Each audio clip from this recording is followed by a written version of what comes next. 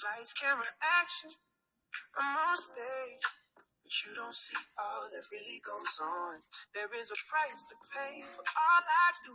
Doing what I love to inspire you. The gift is on stage, but there is some pain in hidden places. In hidden places. Yes, indeed. There is some pain in hidden places, and we're going to get right down to the bottom of it. We're going to ask God to search us and to go into those hidden places so we can be better than we are. Hello, everyone. This is Jerri P. Beasley, and this is Hidden Places Part 6. We've been moving right along. I've got returning back to the studio with me, recording artist Brandon L. Johnson. Good afternoon to you, Brandon. Good afternoon. Listen, I'm glad to have you back. I am so glad that you said yes to coming back for part 2 because I believe that we still got some stuff we need to work out. We last left off last week. We were talking about anxiety, that you had to deal with anxiety. You had to deal with fear. I asked you right before the show got started on last week, I said, let me ask you this. I said, Brandon, you funny acting. I be trying to find you on Facebook, and 1 minute we friends, the next minute we not, and now I can't find you. What is all that about, sir? Tell me what you said. Let's go out and laughing because I want to know. I say it was fear. It was fear. Maybe I thought maybe I would be too much if I exposed myself. Not necessarily exposed, but like be out there, you know, and you know what I've been dealing with, you know, the anxiety, the depression, and the paranoid schizophrenia. It's hard for me to trust people. So I get off and on, and which is to me not really a healthy thing, you know. I just want to be a man of my word, you know, and just do what God has called me to do, and just let whatever happens. Now, is that even with medication that you go through those changes? Yeah, you can say that. I can say that. That's why I'm a firm believer that all of it is not medical. Because even in this staging age, and I will say at this time in my life, I've been off of medications for many, many years, over 30 something years off of medication, but it was on the direction of God. He led me, he healed me, and he got me together. But I still have to keep my spirit together. I have to keep my mental together. When you say you've been an empath, you can pick up the energies of others. I can't be consumed by that. So I understand how many times you have to self-isolate at times. You got to back away from some things and you got to get yourself together. That's when I believe that it's spiritual, especially for those who are in the prophetic, especially for those who are empaths, especially for those who are creative. If you got a whole lot in your head that don't belong to you, it's going to throw you off. And most people who would take the responsibility and the opportunity to know you or be with you basically have to understand that. And so you telling me when I say, why do you go missing when I come looking for you and you gone? I'm going to have to understand that. And I do, though. And I feel like sometimes I'm misunderstood. A lot of people don't understand what it's like to be in my shoes. Which is, I think it's a gift. Because it's not for us to really, it's for us to be encouraging to one another, but we don't, you know, I just think that we have to be true to who we are. We have to be true to who we are. I talked about that in my episode about the imposter syndrome, that that syndrome will always try to make you believe you're not who you say you are. And that's a lie from the pits of hell. The only thing that can mess it up is if you really aren't being who you really are. Then you are a fraud. Then you are fake. If you're not flowing in the authentic you, then it is an imposter.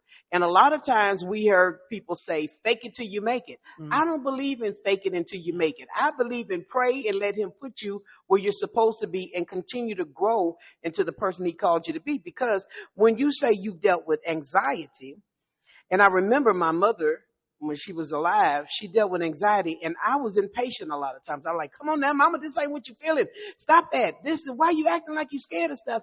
And I had to learn, you're not going to coerce somebody from that's anxious from feeling unanxious. How do you handle anxiety? And how do you handle people who tell you to hurry up and get over Medicine. it? That's all Yeah. I can think about. Yeah. Medicine. That medicine is it's a lifesaver.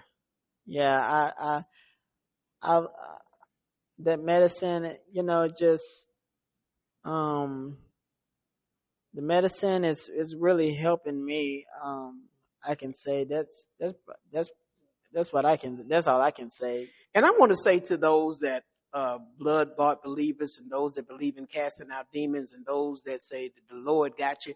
Yeah, he got you. And he also has good doctors who can prescribe good medicine because as you said it, I didn't get any relief from my mother having such bad anxiety until she got on Lexapro, until they gave her the right medicine and stabilized her where that anxiety wasn't there. And that's not a lack of faith. That's an understanding that God put doctors here for a reason. Yeah. And I've been on Lexapro as well. So And did it work for you? still Okay. and it's working. It's working. Now tell that person out there that may be dealing with anxiety and may be dealing with schizophrenia, may have a loved one dealing with schizophrenia, but that person doesn't want to take the medicine. How do they handle that person? Be patient. I would say be patient with them.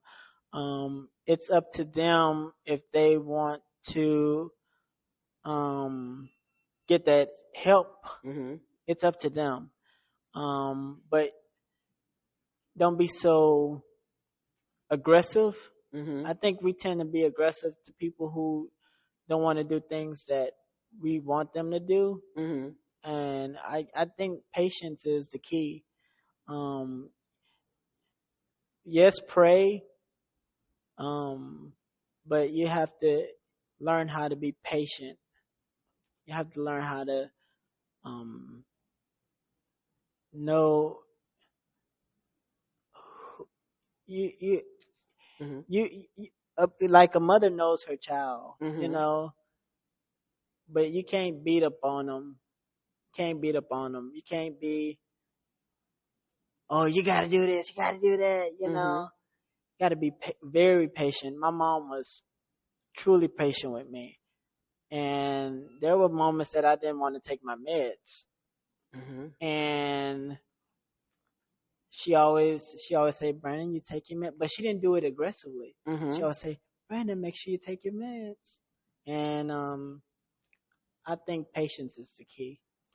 And because I've been on both sides of it, and I was the disgruntled one that didn't want to take the meds. I was the rebellious one who didn't want the help and didn't feel like I needed the help. And then when I got to a place where I realized I needed the help and got on the meds, I understood I put my family through a lot of hardship. And so we also have to let the person that may be dealing with bipolar, that may be dealing with schizophrenia, and there are moments when they are medicated to let them know it's a hardship to deal with that because it's not fair to your loved ones, especially if you're living with them. It's not fair to the caregiver that there is a solution that can help you be a better person for yourself and also those that are around you. Do you believe that? Yes. And now that you have balanced out and you're on a good regimen and you've been on a good regimen, do you think about the times of I shouldn't have been so against doing what I know could help me? I didn't know who I was, Mm. so I can't really answer that. But I didn't know who I was. Like, not I know it's the right thing to take the meds, but when I was, you know, not didn't want to take it, um, you just get tired of. I think that the thing with me is I was tired of trying to I was tired of I'm sorry. No problem. Go ahead. I was just tired of taking it because why do I have to talk? Why do I have to take these meds? You know, I'm tired of putting a pill down my mouth every day. Mm-hmm. And it was becoming like consistent to the point where I was tired of being consistent, but now I know that I have to be consistent. Yeah. Yeah. And you also know where that came from, though. I believe that comes from the pits of hell. I used to say that. Yeah. I don't want to put that stuff in my body. But yet I was drinking and I was smoking and I was doing all kind of stuff and put all kind of ill stuff in my body. But the stuff that was going to help me, I declared, I don't want to put that in my body. I don't want that in my body. Okay. So at the end of the day, you know that has to come from hell because it was there to help you. It was there to give you a moment of clarity. And that's where we are now. Now that you have that moment of clarity, what do you want to do with the moment God is giving you to have a clear mind and a clear heart?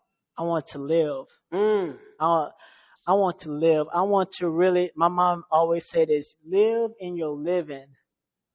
Enjoy your life. Don't worry about what's out there. Know who you are. Trust yourself. Yeah. Love yourself. Take care of yourself. Pamper yourself. I know we men don't like to say pamper, but yeah, if you have to go outside, touch some grass, yeah. take a bubble bath, soak in that tub. Soak in that tub. I like that you said that because I don't know if you ever heard of Alana Von Zant. Have you ever heard of her? Yes, okay. Yes. And she used to do this show and she would always say, touch the ground, beloved. Come one with the earth, beloved. And I thought that was the goofiest, weirdest thing. And I'm like, girl, get on out of here. Until one day I took my shoes off and I stood in the grass and I could feel like a surge come through my body. And it's called grounding. Yeah. And you're absolutely right. It does you good to go touch some grass. Go hug a tree. And like you said, you used to do the bubbles. Yeah, and it makes you look goofy, but it calms the mind. The things, just you can be outside just doing bubbles and playing tennis or whatever, trimming the hedges like I do. I'm go home and do it today, but just relax. Well, you said it earlier. You had to get a hobby. Yeah, because if we're in our, Joyce Myers used to say this, thinking. If we're in our head all day, you're going to get confused. You're going to get thrown off. You're going to get depressed because you're overthinking. Yeah. But if you get a hobby, I'm glad you brought up the bubbles because I use the bubbles that you blow. And the reason for me blowing bubbles was almost like cigarettes. I both smoked cigarettes so many years ago. And it's almost like now I understand why people smoke cigarettes because it's like inhale, exhale. And so God gave me that idea to get some bubbles and just sit there and blow the bubbles and it relieved tension. And just to see what you're creating with the breath that God gave you. Yeah. And I also want to say social media too. Log off. Oh my God. Log off. People are so mean. It's ridiculous. Like, do y'all have friends? Do y'all have family? When you say about logging off, because that is the truth. Now, with you as an artist, because there's been times I couldn't get in touch with you. And social media is a platform that I believe is a blessing and a curse. But for the blessing part of it, it's the way to get your music out there without having to pay a dime. And I've learned to schedule my post. Do you schedule things? I put it on a schedule where I'm not on it right now. I haven't done. I'm going to teach you how to do that. And then I also don't go to that inbox like that. I tell people to email me because it keeps you out of being on social media all day long. But yet you're still putting your shows out there. You're still putting your music, but you schedule it and it comes on at a certain time when you schedule it. Yeah. Because you're absolutely right. Social media could be the curse part because people have an opinion. But anytime you put something out there for the public, you have to be ready for the accolades and the criticism. Yeah. You have to be ready to answer questions that you didn't think people were going to ask you. You asked me today, did I like the song? I said, I absolutely love the song. But why did you do the song? And I said, It sounds different to me. It's a different type of style of music. And you were able to explain that. That wasn't saying I didn't like it. I just knew you as an artist, this was a different sound that I hadn't heard before. Didn't mean I didn't like it. It was just, I was asking you what made you write the song. Do you believe you have enough thick skin to be out here? After all I've been through, you gotta. You gotta. So now I'm in a place where I'm just gonna put it out there. I ain't gotta worry about what they say. I'm used to critics, you know. Mm-hmm. You know, Jesus had critics. Yeah. You know what? When you said that, I really want to share that with somebody the other day. I said, man, when you've been through a lot and stuff that I've been through, and I give my testimony about the bipolar and schizophrenia, but when you've had spiritual and mental battles, stuff don't bother you like that anymore. You can't allow yourself to be so consumed with other people and what their thoughts are. It's a foundation. You have to have that foundation. If you ain't got no foundation, you ain't got nothing. So at this young age, how old are you? 31. 31. Look at you, son. At this young age, do you really believe you got that now? You understand that stuff don't matter like it used to matter? It doesn't bother me at all. You rather have your peace? I have it, I have anxiety. I don't drive or anything, but that's a whole different thing. But like when it comes to my peace, when it comes to my joy, the love, I'm not bothered about anything outside that. Anything that I can control, I don't deal with it. Do you find that allowing God to strip away what is unnecessary or that robs you of your peace gives you more creativity? Yes. It's the fuel. It's the fuel. Everybody likes the mountain peak, but nobody ever talks about the valley experience. That valley experience can get very low, very low. And in my young age, I've had several valley experiences. Still having valley experiences. But one thing I can say, to God be the glory for everything that He has done. Because people could quickly write you off. Oh, little boy, you ain't been through nothing. You don't know nothing. Yeah. But no, you've been through mental torture. Yeah.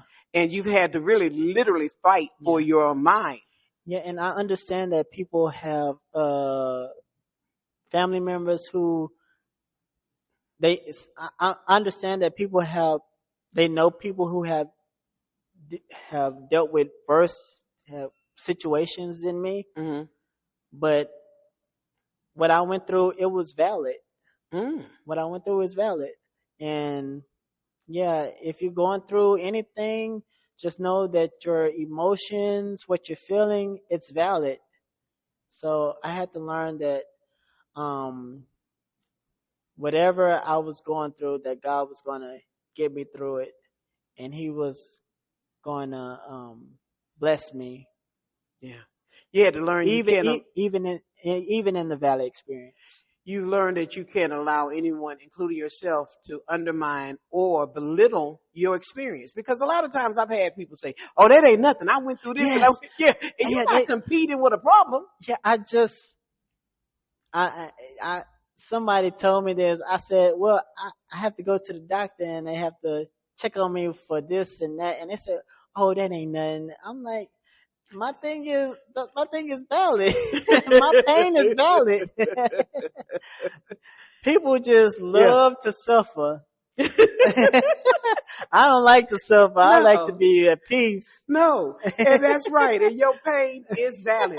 And your struggle has been real, but your victory is even more real. Yes. Talk to the person now who has so many things written in a tablet. Because I'm telling you, I'm right. Me and Brandon going to write something together. Because I'm working on something. I've been writing. I know you've been writing. And I told you I'm going to get with you because I'm in the middle of writing. But at the end of the day, what we're writing, and I know whatever we're writing is going to help the masses, because there's somebody sitting there right now saying, I'm too confused to be great. I'm too bound down in my thoughts that I can't create, but they're gifted. I know so many singers who can really sing. Yeah. But they won't get on stage. They won't come on camera. They won't say a word because they're still trying to wait until everything is perfect. Talk to that person. Nothing's perfect. Nothing's perfect. Nobody's perfect. We all have our, we all go through things. We all have done things that we regret. Mm-hmm. But, yeah, you can't let that stop you. Don't let it, like you said, imposter syndrome. Don't let it stop you. What you scared for? Yeah, what you scared for? Just do it. You wrote it down. Yeah. It's gonna come through fruition. Yeah. You wrote it down. You have to trust that God is gonna take what you have written down and make it into reality. You just have to trust yourself. That was my problem, was trusting myself, knowing that God was going to carry me through it, that God was going to turn things around for me. And he did a total, what did it say, 180? Yeah. Total 360. One of them. We ain't good at. But I'm not the same. Yeah. Yeah. I'm a much better person.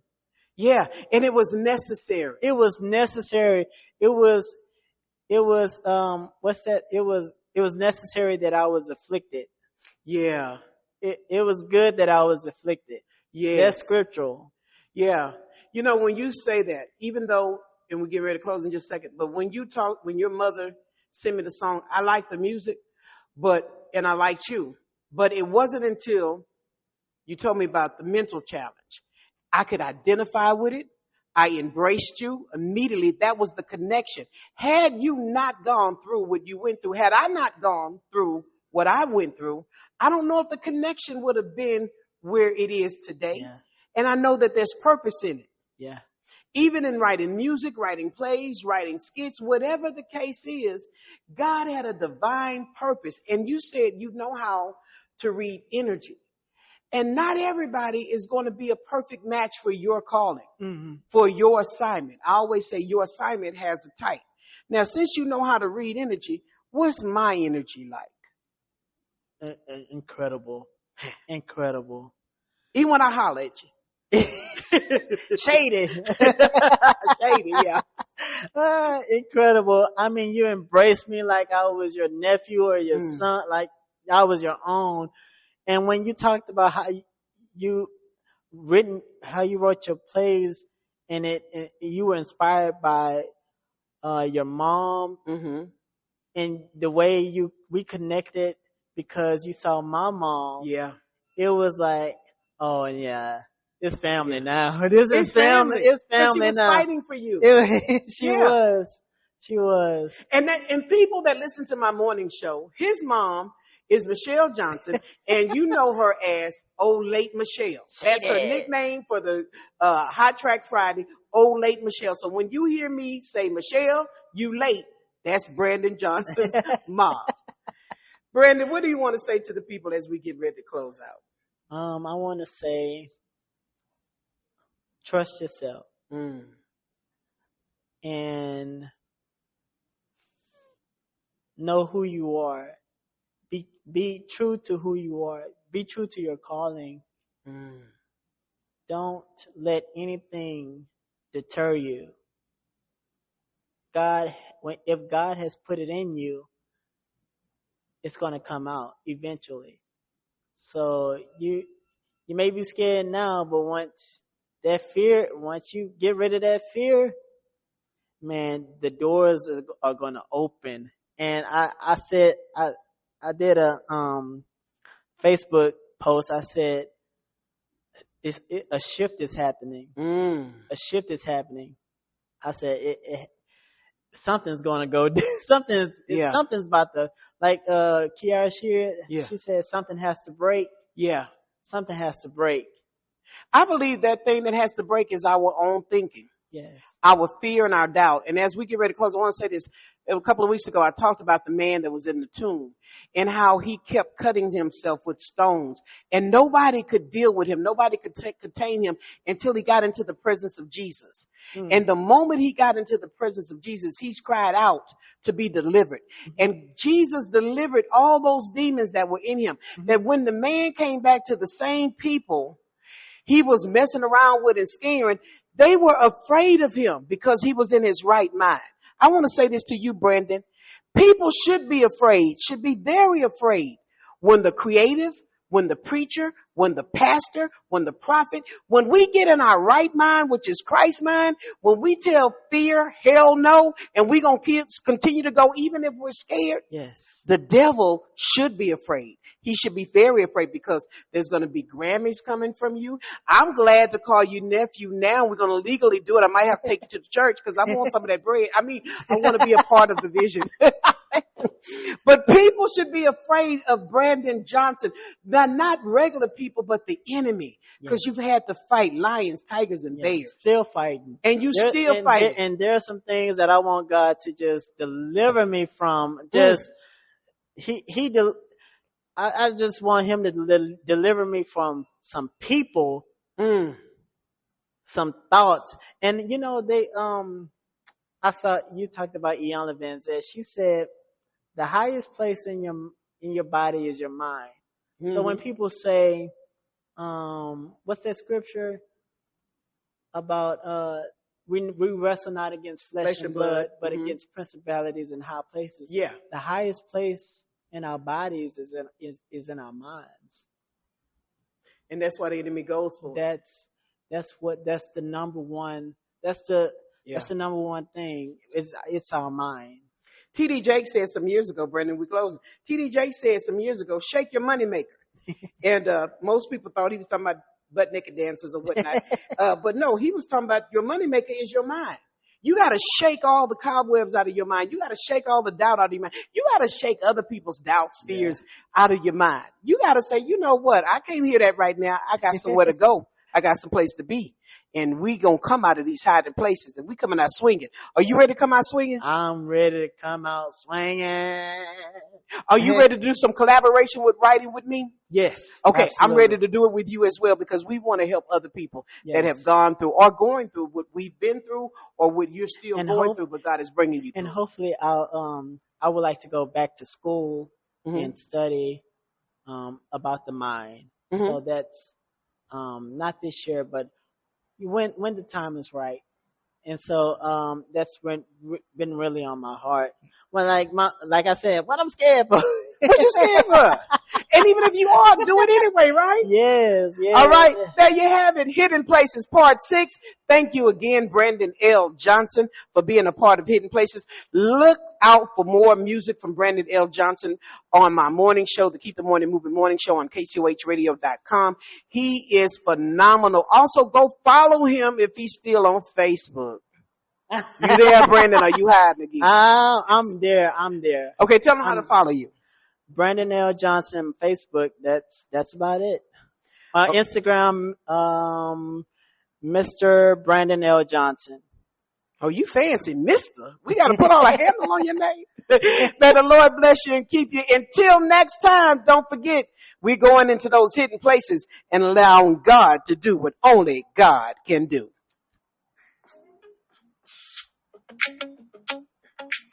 Lights, camera, action. I'm on stage, but you don't see all that really goes on. There is a price to pay for all I do, doing what I love to inspire you. The gift is on stage, but there is some pain in hidden places. In hidden places.